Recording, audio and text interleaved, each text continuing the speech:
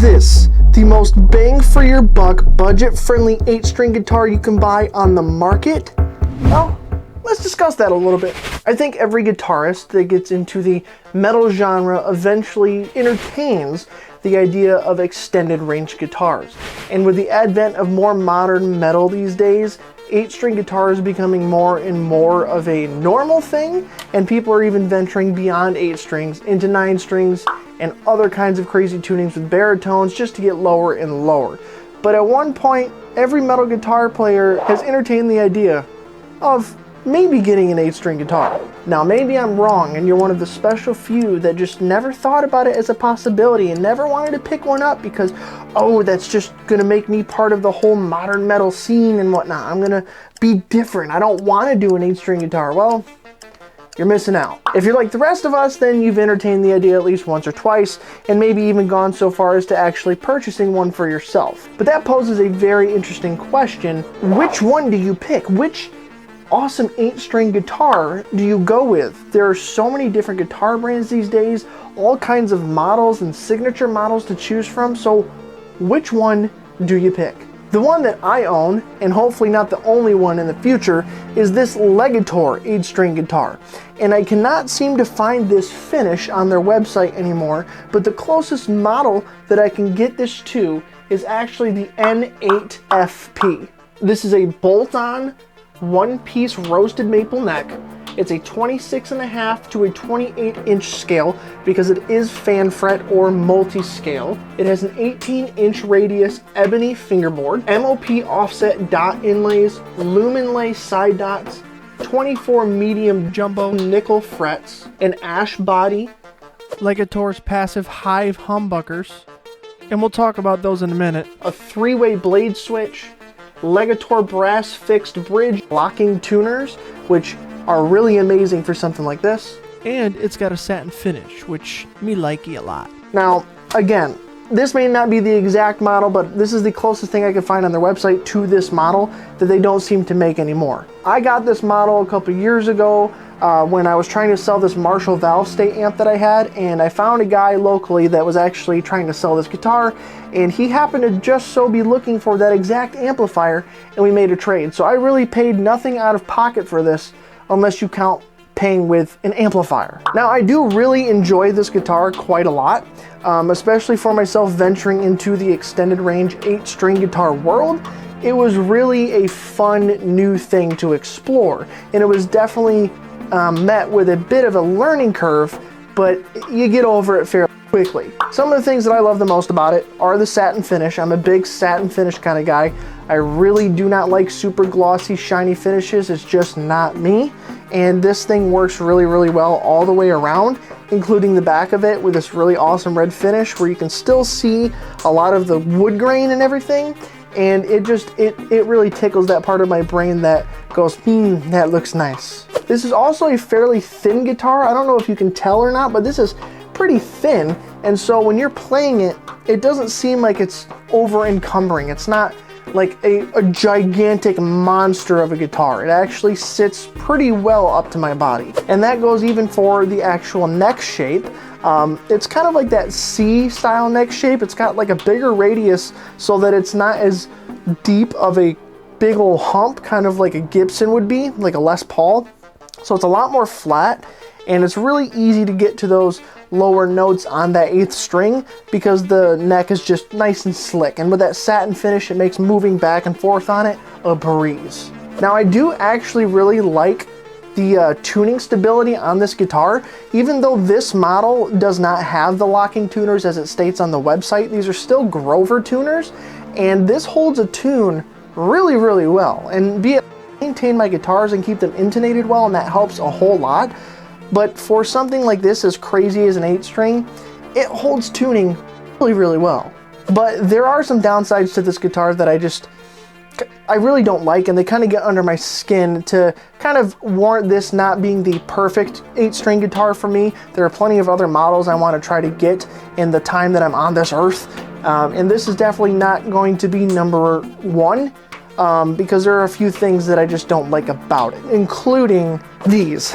These pickups are not great. I'm gonna swap them out at some point if I can figure out a way to do that, because they are the slanted style to fit the multi-scale shape of this guitar, but they just don't sound that great to me. And especially when it comes to mixing, they can be kind of difficult at times because they're very thin sounding and they can be kind of harsh up high. So obviously I'm not going to be using this guitar for like any kind of solos, even though I have, but it's more for that rhythm and obviously the gimmicky thing of having the 8-string. I don't play a lot of high stuff on this guitar because it can get pretty shrill. And yeah, you can adjust your tone and stuff, but the actual tonality of the pickups themselves is pretty brittle, and it's just, it doesn't scratch that itch, unfortunately. But again, that's something you can swap out and mess with, and maybe you like the sound of these. I just really don't. One other thing that I didn't really like about this guitar is actually some of the final like polishing that they needed to do in the manufacturing of it with the frets. Some of them can be kind of rough, and I've had to file them down. And that's not necessarily something from the previous owner. That's just they didn't smooth out these ends of the frets very well, and you know, that's a quality control issue. But they weren't too bad. But it's still something like if you're paying what is it, $900 or so for something like this, you would expect the frets to be in a little bit of a better shape. The only other thing that I can really mention that I don't like about this is some of the resonance that you can get from playing this, and that's more of a recording type thing where I can place foam in places to get rid of that resonance, and I typically do with any guitar anyways, depending on what I'm doing.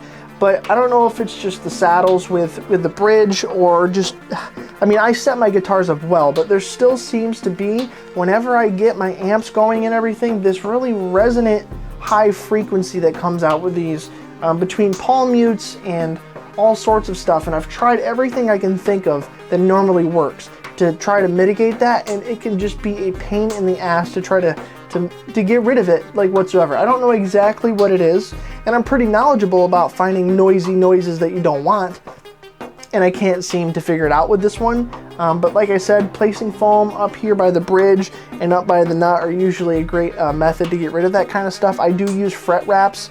There's not one on it right now because I want to show off the guitar, but I do what I can to mitigate it, and somehow that sound just still slips through.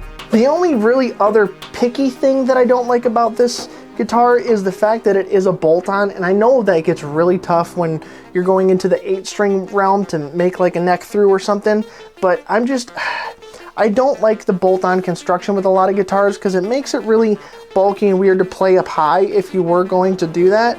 Now, I'm a fan, a huge fan of Music Man guitars with my John Petrucci, and you know, that's like a smooth transition, no bolt-on, nothing. It works, it's beautiful, it glides, it's smooth.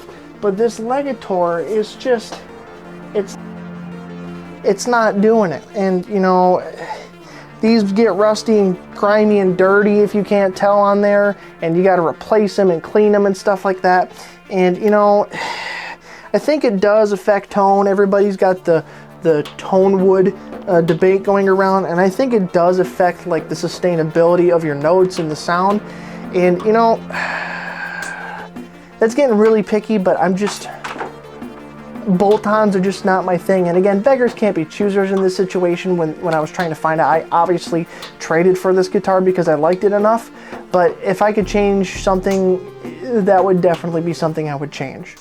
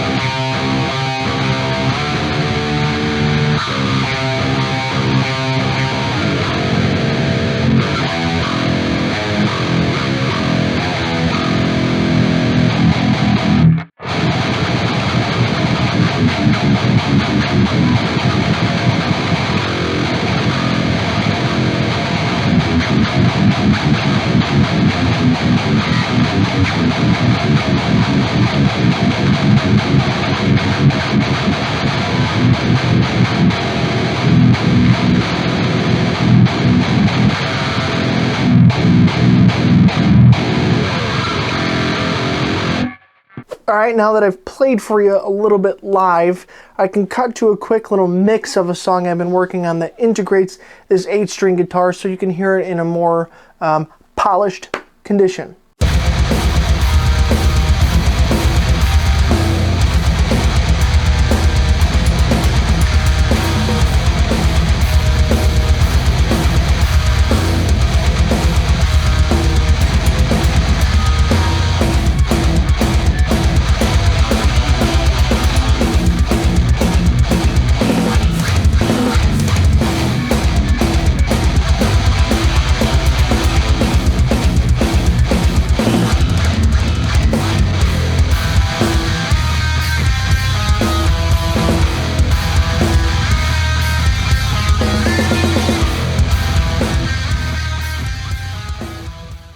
Okay, so overall, I really like this guitar because it is my first 8-string guitar, and it itched that scratch that I had for quite a long time, and I have grown to really enjoy what it is for what it is.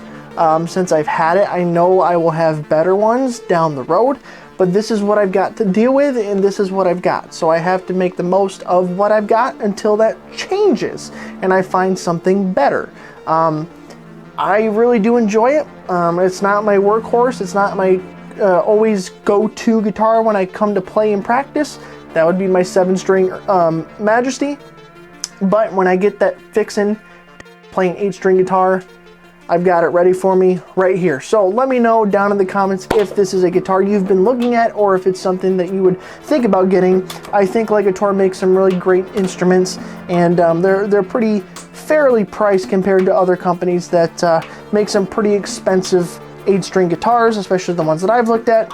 And yeah, it's a really decent guitar. So thank you so much for watching, and subscribe.